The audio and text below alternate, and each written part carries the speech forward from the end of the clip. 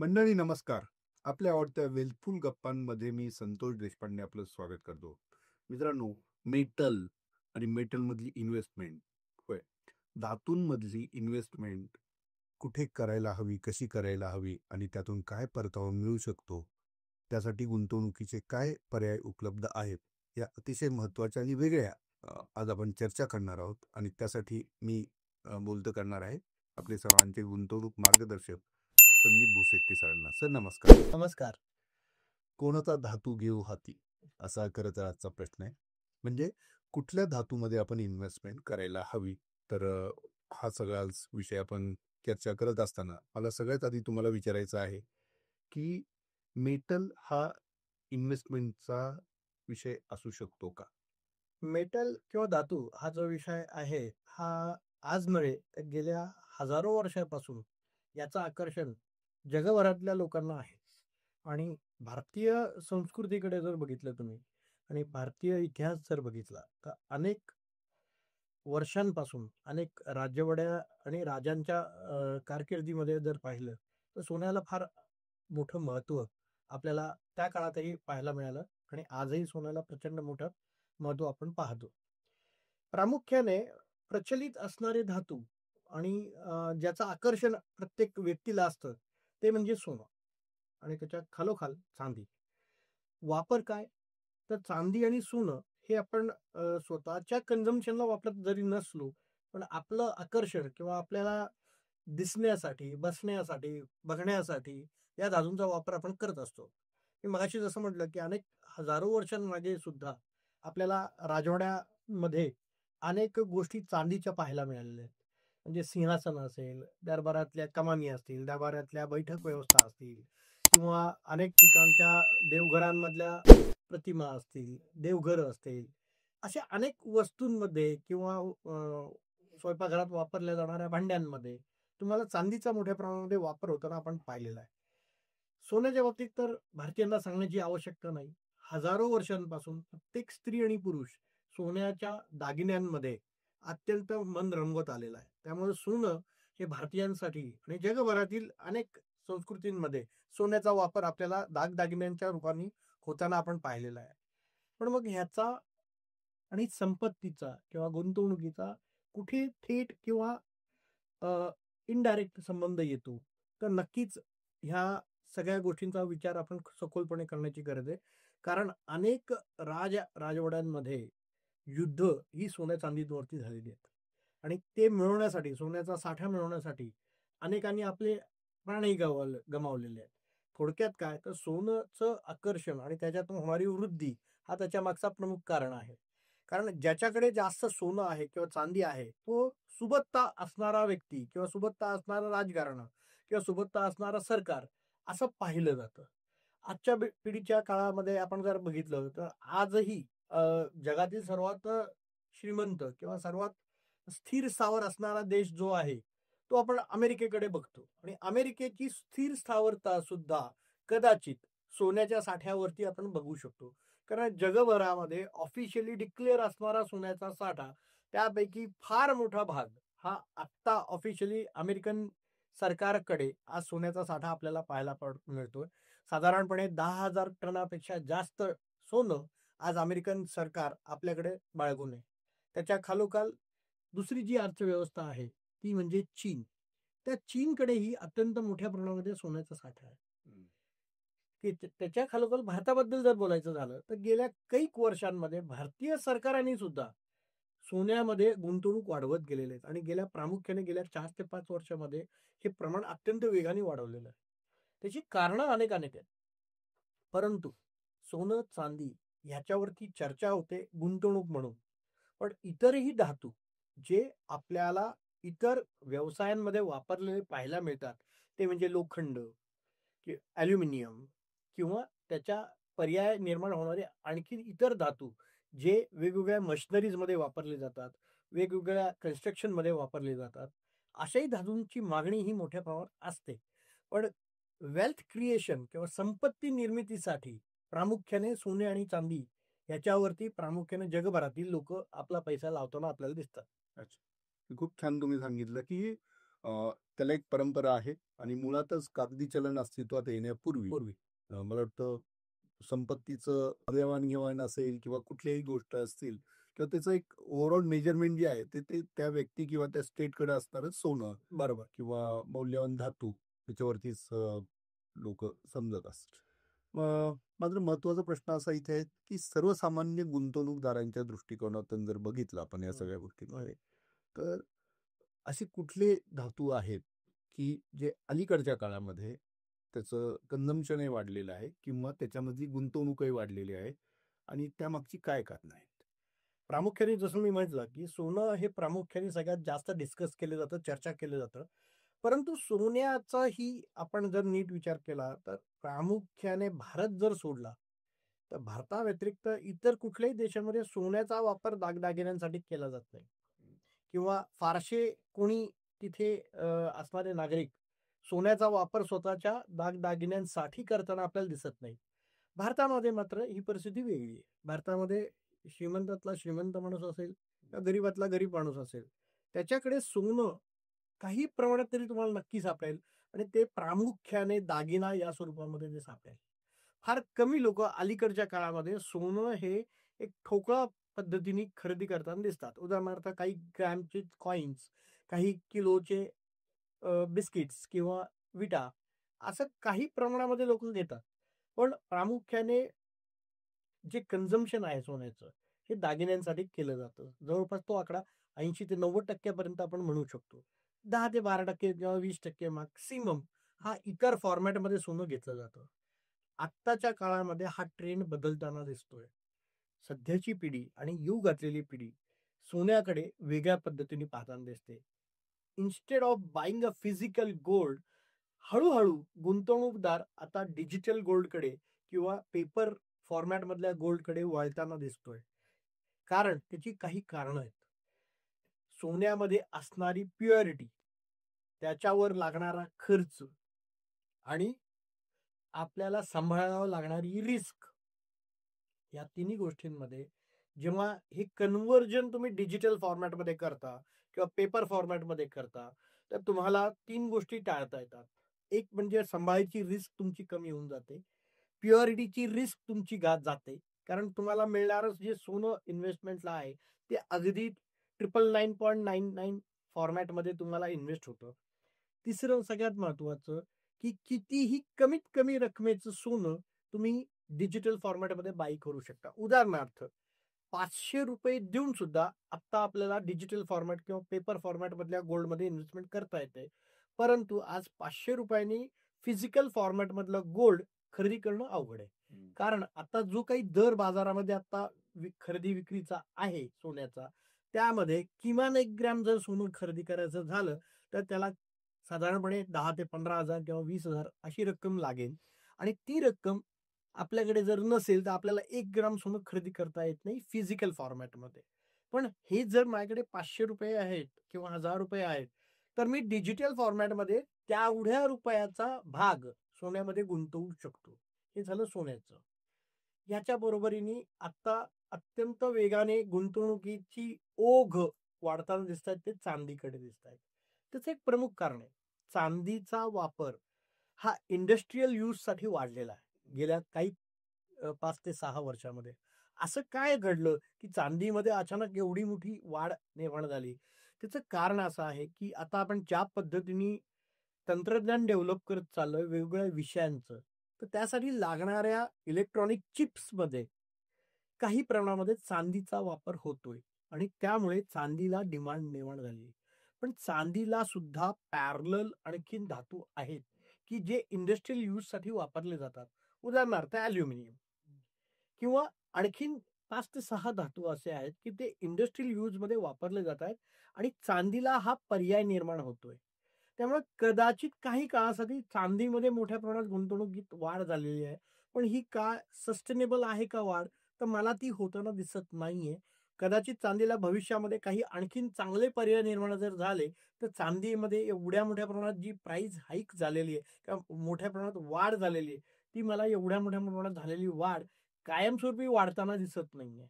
काही काळासाठी ही वाढ मिळालेली आहे. काही गुंतवणूकदारांना याचा मोठा फायदाही झालेला आहे. याच्या व्यतिरिक्त जो चर्चा फारशी केली जात नाही असे काही धातू आहेत. उदाहरणार्थ प्लॅटिनम. प्लॅटिनम हा धातू हा थोड्या प्रमाणामध्ये चांदीसारखा दिसणारा प्रकार आहे. परंतु याचं व्हॅल्युएशन वाईज हे सोन्यापेक्षा जास्त किमतीमध्ये हा धातू ट्रेड होतो. कारण त्याचं अवेलेबिलिटी ही खूप कमी आहे. कुठलीही गोष्ट जेव्हा कमी स्वरूपात उपलब्ध असते, त्याची किंमत वाढत जाते. आणि सरप्रायझिंगली कदाचित अनेक आपल्या प्रेक्षकांना हे माहिती नसावं, की गेल्या वर्षभरामध्ये जसं आपण म्हणतोय, की सोनं दुप्पट झालं किंवा चांदी भाव डबल झाले. आश्चर्य म्हणून सांगतो, की प्लॅटिनममध्ये सुद्धा जवळपास 100 ते 125% ही मागच्या 9 ते 10 महिन्यामध्ये वाढ झाली आहे. आता असं काय घडलं, की भारतामध्ये किंवा जगभरामध्ये अचानक प्लॅटिनमची डिमांड क्रिएट झाली आणि अचानक एवढ्या मोठ्या प्रमाणामध्ये लोकांनी प्लॅटिनममध्ये गुंतवणूक केली आहे. तर त्याचा जर थोडासा अभ्यास केला तर असं लक्षात येतं, की प्लॅटिनममध्ये निर्माण झालेली डिमांड ही अचानक आलेली आहे. कारण एका दुसऱ्या ॲसेट क्लासमधला प्रॉफिट बुक करून किंवा तिथला पैसा बाहेर काढून लोकांनी सेफर ॲसेट क्लास म्हणून प्लॅटिनमकडे बघायला सुरुवात केली. काही उच्च श्रीमंतांनी गेल्या काही वर्षांमध्ये मोठ्या प्रमाणामध्ये डायमंड या विषयामध्ये गुंतवणूक करायला सुरुवात केली आणि प्रामुख्याने हा डायमंडमध्ये आलेला पैसा हा सोने आणि चांदीच्या नफ्यातनं बाहेर पडला. आणि डायमंड हे खूप कमी उपलब्धता असल्यामुळे त्या डायमंडचे भाव भविष्यात खूप चांगले वाढतील ह्या विचाराने अनेक मोठ्या गुंतवणूकदारांनी डायमंड्समध्ये गुंतवणूक करायला सुरुवात केली आणि मोठ्या प्रमाणामध्ये आपली संपत्ती कमी छोट्या जागेमधल्या डायमंड्समध्ये गुंतवता येते आणि सांभाळता येते. उदाहरणार्थ 5, 25, 50 डायमंड्समध्ये अक्षरशः 500,000 कोटी रुपये ठेवता येतात. त्यामुळे ज्यांच्याकडे खूप वेगळ्या प्रमाणे आणि मोठ्या प्रमाणामध्ये असणारी संपत्ती ती 1 नंबरमध्ये असेल किंवा 2 नंबरमध्ये असेल. याचा अर्थ जी टॅक्स दाखवून भरून ठेवलेली संपत्ती किंवा टॅक्स न देता ठेवलेली संपत्ती कन्व्हर्ट करण्यासाठी डायमंड हा खूप सोपा पर्याय त्यांना जाणवला आणि अशा वेळेस डायमंड्समध्ये मोठ्या प्रमाणामध्ये गुंतवणूक व्हायला सुरुवात झाली.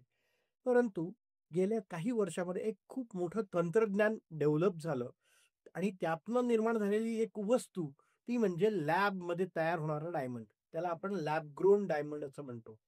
लॅब ग्रोन डायमंड आल्यानंतर त्याच्यावर खूप छान रिसर्च झाला आणि अगदी हुबेहूब डायमंड सारखा दिसणारा लॅबमध्ये तयार होणारा डायमंड जेव्हा तयार व्हायला लागला, त्याची ड्रास्टिकली किंमत कमी झाली. म्हणजे काय? तर एक डायमंड एक उदाहरणार्थ मी असं सांगतो, की एक डायमंड ₹1,00,000 उपलब्ध आहे. तर लॅबमध्ये अगदी हुबेहूब दिसणारा सेम डायमंड हा 10,000त तयार व्हायला लागला. म्हणजे काय? की एक सारखा दिसणारा डायमंड 10 पटींनी स्वस्त झाला आणि तो उपलब्ध झाला सर्वांसाठी. आणि त्याची उपलब्धता अनलिमिटेड आहे, की तुम्हाला लॅबमध्ये असे डायमंड कितीतरी काढता येतात. म्हणजे त्याला कुठेही बंधन नाही, की एवढेच डायमंड काढायचे. त्यामुळे झालं काय, की सप्लाय ऑफ लॅब ग्रोन डायमंडचा प्रचंड वाढल्याने साहजिकच आहे, ओरिजिनल डायमंडच्या किमती प्रचंड प्रमाणामध्ये खाली आल्या. आणि ह्याच्यातनं एक झालं असं, की ज्या उच्च गुंतवणूकदारांनी, की ज्यांच्याकडे खूप मोठा पैसा होता आणि तो त्यांनी डायमंडमध्ये इन्व्हेस्ट केलेला होता, तो पैसा त्यांना असं लक्षात आलं, की आता भविष्यामध्ये आपल्याला मोठी वाढ मिळणार नाही. म्हणून डायमंडमध्ये त्यांनी मोठ्या प्रमाणातनं पैसा बाहेर काढून त्याला पॅरलल असणारा दुसरा धातू, तो म्हणजे प्लॅटिनम याच्यामध्ये सुद्धा त्यांनी मोठ्या प्रमाणामध्ये पैसा शिफ्ट केला. प्रत्यक्षात प्लॅटिनममध्ये असं काही विशेष घडलं नव्हतं. पण तो प्रेस्टिजियस धातू आहे, मोठा धातू आहे. सोन्यापेक्षा जास्त मूल्यांकन असणारा धातू आहे. पण मग त्या ठिकाणी हा डायमंडमधनं आलेला पैसा हा मोठ्या प्रमाणामध्ये प्लॅटिनममध्ये आला आणि गेल्या 12 महिन्यामध्ये डायमंडमध्ये फिरलेला पैसा प्लॅटिनमला दुपटीपेक्षा जास्त वरती घेऊन गेला. असं हे सगळं चक्र या धातूंमध्ये आहे. आपल्याला सोनं माहितीये, चांदी माहितीये, डायमंड माहितीये, प्लॅटिनम माहितीये. याच्यावरती पण काही धातू आहेत, बरं. जे मौल्यवान धातूमध्ये येतात आणि ह्याही सगळ्या धातूंमध्ये गेल्या 9 महिन्यात, गेल्या 12 महिन्यामध्ये साधारणपणे 60 ते 100% वाढ ही झालेली आहे. कुठल्याही प्रकारच्या धातूमध्ये गुंतवणूक करताना आपल्याला इमोशन मध्ये न आणता प्रॅक्टिकल थिंकिंग करणं गरजेचं आहे. कारण कुठलाही धातू असेल, त्याची किंमत वरती जाणं किंवा खाली येणं, ह्याचं एकमेव कारण आहे, की बाजारात असणारी डिमांड, हे बाजारात असणारा सप्लाय. जर उद्या लॅबमध्ये सोन्याची निर्मिती सुरू झाली, तर सोन्याचे भाव सुद्धा आत्ता आहेत त्याच्या निम्मे खाली येतील. त्यामुळे आपल्याला ह्या गोष्टींचा विचार करायला हवा, की त्या धातूला किती पुढे सस्टेनेबिलिटी आहे आणि आपण वर्षानुवर्ष सोन्यामध्ये जर गुंतवणूक ठेवणार असू आणि जर भविष्यामध्ये अनलिमिटेड सोनं उपलब्ध होणार असेल, तर आपल्यालाही आजचे भाव मिळतील का? हा प्रश्न प्रत्येकाने स्वतःला विचारायचा आहे. म्हणून गुंतवणूक करताना एक आवश्यक असणारीच रक्कम सोन्यामध्ये असायला हवी. आता मी जी मगाचपासून एवढी सगळी माहिती देतोय, एक लक्षात घ्या, की आपण गुंतवणूक म्हणून सोन्याकडे बघतोय, गुंतवणूक म्हणून चांदीकडे बघतोय, गुंतवणूक म्हणून इतर धातूंकडे बघतोय. परंतु आपल्या घरामध्ये गुंतवणूक न विचार करता ही सोनं आणि चांदी आलेलं आहे. वेगवेगळ्या रूपामध्ये. आपल्या आई-वडिलांनी, आपल्या आजी-आजोबांनी आपल्या घरामध्ये वेगवेगळ्या प्रकारे हे सोनं आणून ठेवलेलं आहे. त्यांच्या काळामध्ये आणलं असेल, त्याच्यानंतरच्या पिढीच्या काळामध्ये आणलं असेल, आपल्या पिढीमध्ये आपणही काही त्याच्यात भर घातलेली आहे. हेही आपल्याकडे एक प्रकारचं ॲसेट आहे, जे कदाचित आपण इन्व्हेस्टमेंट करताना ते गृहीत धरत नाही. त्यामुळे प्रत्येक इन्व्हेस्टरनी गुंतवणूक करताना सोनं, चांदी किंवा इतर कुठल्याही धातूमध्ये गुंतवणूक करताना विचार करायला हवा, की आपल्याला किती पैसा त्या धातूमध्ये घालायचा आहे. माझं असं मत आहे, की रिस्क जी आहे, कुठल्याही प्रकारची जी रिस्क असते, त्याला हेज करायचं. म्हणजे त्याच्यापासून वाचवायचं असेल स्वतःला, तर काही प्रमाणामध्ये आपल्याला धातूंमध्ये गुंतवणूक करायला हरकत नाही.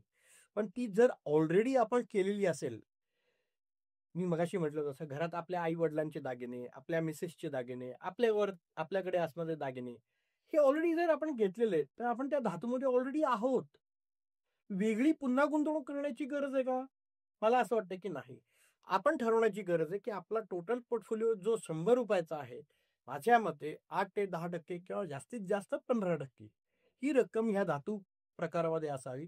उरलेली रक्कम अशा पद्धतीने गुंतवली गेली पाहिजे, की ज्याच्यातनं मोठी संपत्ती निर्माण होऊ शकेल भविष्यामध्ये आणि मग त्याच्यामध्ये आपल्याला अनेक पर्याय आता बाजारात उपलब्ध आहेत. खूप छान आणि सविस्तर हे सगळा खुलासा केला आणि खरंच अ, हा विषय कुणाला लक्षात आलेला नसेल, की प्लॅटिनमच्या किमती अचानक का वाढल्या. आणखी एक धातू चर्चेत आहे मधल्या काळात, तो म्हणजे तांब. बरोबर, बरोबर. त्याविषयी तुमचं काय मत?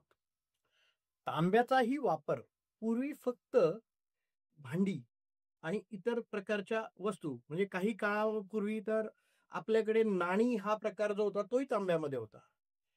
तर पूर्वी हा प्रकार आणि या धातूपासून निर्माण होणाऱ्या इतर वस्तू आपल्याकडे वापरल्या जायच्या. आता ते प्रमाण दैनंदिन घरामधल्या वापराच्या वस्तूमुळे तुम्हाला तांब्याचं प्रमाण ऑलमोस्ट शून्य झालेलं दिसेल किंवा कुठेही अनेक तरुण पिढींच्या घरांमध्ये गेला तर तांब नावाचा प्रकार तुम्हाला दिसणारच नाही. कुठेही घरामध्ये तुम्हाला दिसणार नाही. पण पूर्वी एक साधारणपणे 2 ते 3 पिढ्या मागे जर गेला असतात तुम्ही, तर तुम्हाला सरसकट घरामध्ये तांब्याच्या वस्तू दिसतील. पितळीच्या वस्तू दिसतील. पण ते धातू आता आपल्या घरातून बाहेर पडलेले आहेत. ते आता आपल्याला घरामध्ये दिसत नाही. पण या धातूंचा आजही वापर काही इंडस्ट्रियल वस्तूंसाठी किंवा इंडस्ट्रियल गोष्टींसाठी केला जातो. पुन्हा तोच विषय, की कुठलाही धातू तुम्ही घ्या. त्या धातूची डिमांड जर नसेल, तर त्याच्यामध्ये ॲक्चुअली इन्व्हेस्टमेंट व्हॅल्यू क्रिएट होत नाही. की त्या वस्तूला निर्माण करण्यासाठी असणारी गरज एवढ्यापुरतच त्याचा वापर होतो. त्याच्यातनं व्हॅल्यू ॲप्रिसिएशन नाही मिळत. लोखंडाचं उदाहरण घेऊया. लोखंडाच्या खाणी आपण बघतो. लोखंड तयार केलं जातं. मग लोखंडाचं होतं काय? लोखंड सोन्याच्या भावात का नाही विकलं जात? त्याचं कारण आहे, की लोखंडाची लिमिटेड रिक्वायरमेंट आहे किंवा एक जे काही आणि त्याची अवेलेबिलिटी पण. लोखंडाच्या खाणी जर एखाद्या देशामध्ये खूप जास्त असतील, तर तिथे त्याला काही व्हॅल्यू नाहीये फारशी. लोखंड हे प्रामुख्याने कन्स्ट्रक्शनसाठी वापरलं जातं. कुठल्याही प्रकारची व्हेइकल्स क्रिएट करायची असतील, तर त्याच्यात लोखंडाचा वापर केला जातो किंवा अनेक मशिनरीजमध्ये लोखंडाचा वापर केला जातो. पण तरीसुद्धा लोखंडामध्ये एक्स्ट्राऑर्डिनरी रिटर्न बनलेत का? त्याचं उत्तर नाही. लोखंडाने एक आपली व्हॅल्यू ठरवलेली आहे आणि त्या व्हॅल्यूमध्येच तो ट्रेड करतो. परत डिमांड सप्लाय प्रमाणे त्याच्या प्राइसमध्ये ॲप्रिसिएशन किंवा डिप्रिसिएशन होतं.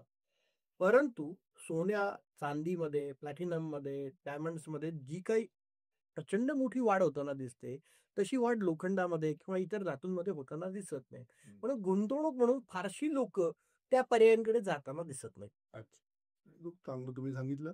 अ, आणखी एक महत्त्वाचा मुद्दा इथे असतो, की या सगळ्या धातूंमध्ये जर गुंतवणूक करायचीच असेल, हो. तर त्याचे मार्ग काय आहेत? आणि दुसरं, या सगळ्या गोष्टी किंवा हे सगळे पर्याय पाहताना त्यात जोखीम किती असते? बरोबर. खूप छान प्रश्न आहे.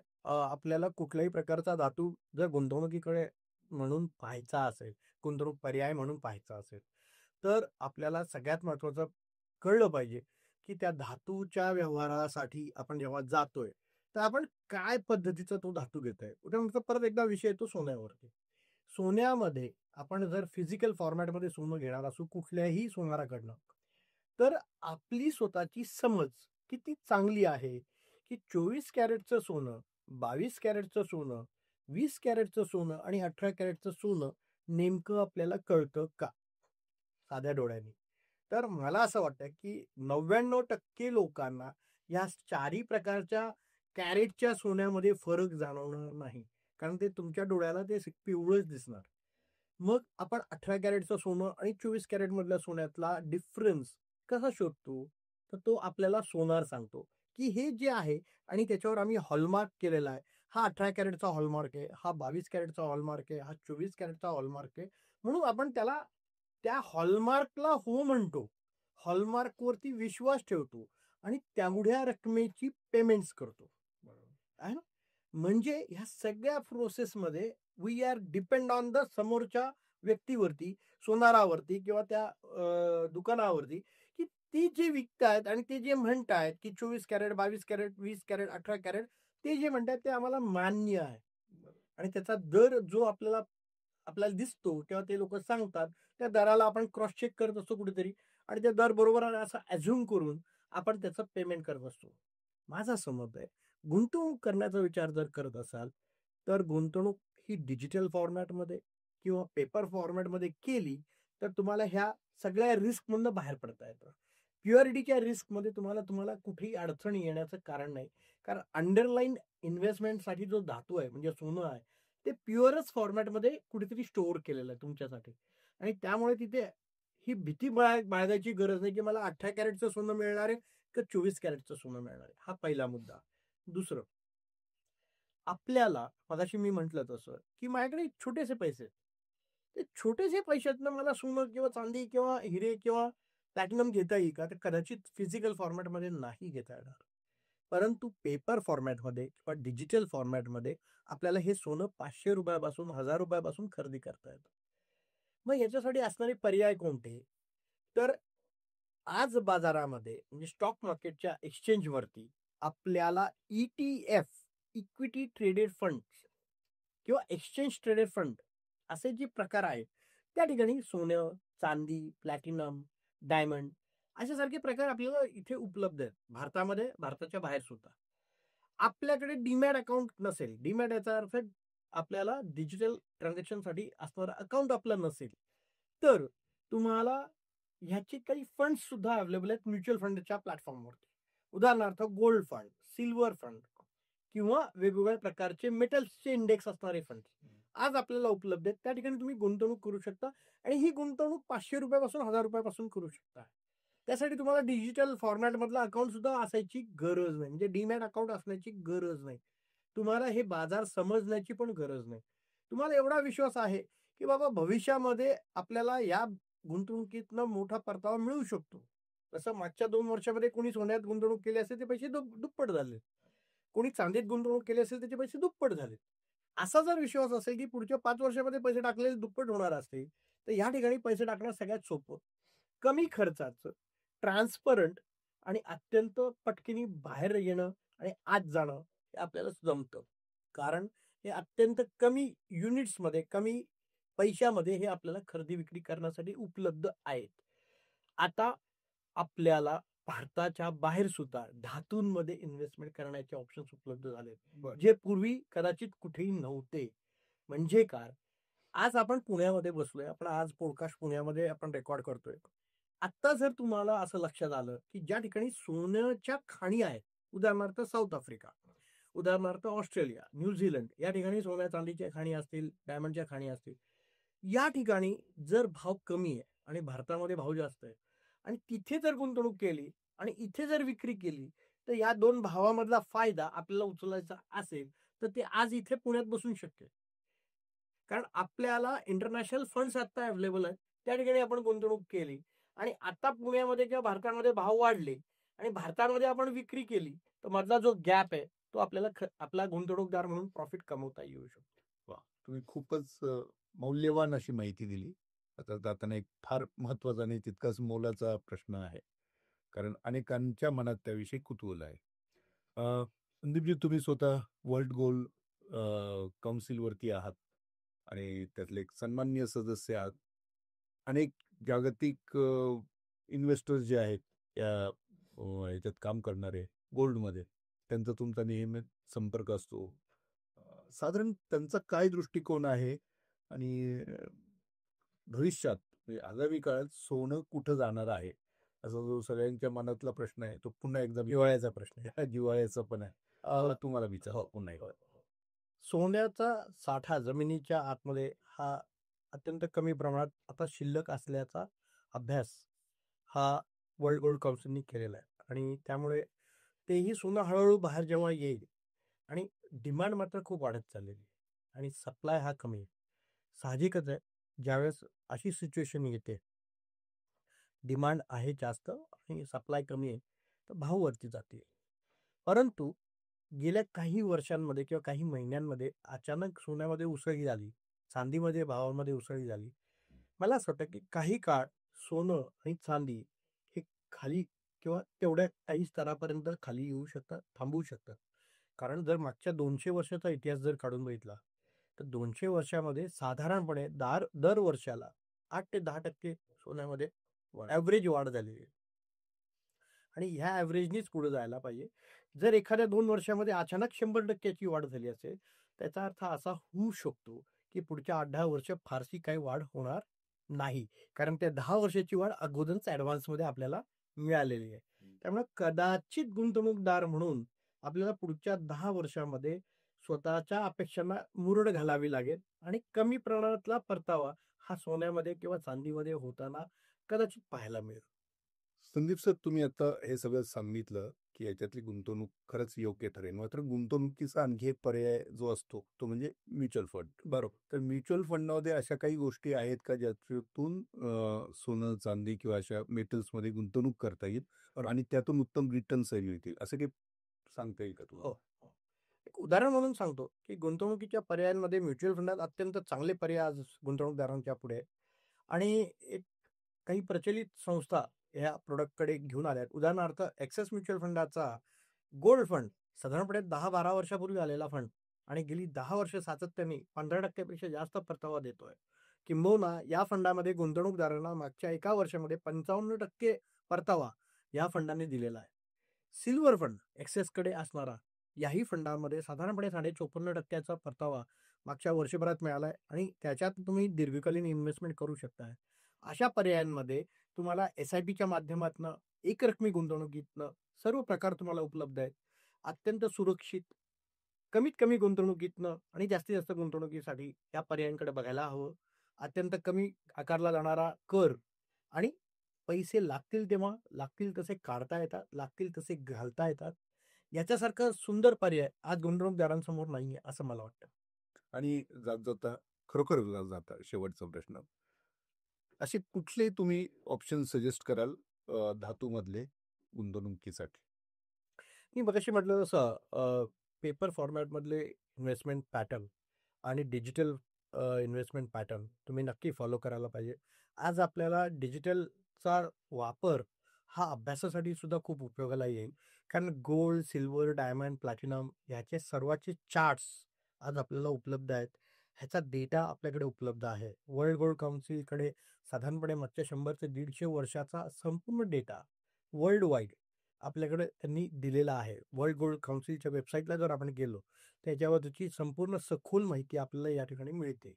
आणि आपणही म्हणजे आपल्याही प्रेक्षकांनी जर Google केलं, तर तुम्हाला चांदीतली माहिती, सोन्यातली माहिती, प्लॅटिनमची माहिती, डायमंडची माहिती, इतिहास त्याचा काय आहे, हा आपल्याला उपलब्ध आहे. या आराखड्यांवरनं, या आकड्यांवरनं आपल्याला येणारा काळ कसा जाणार आहे, याचा काही अंदाज घेता येऊ शकतो.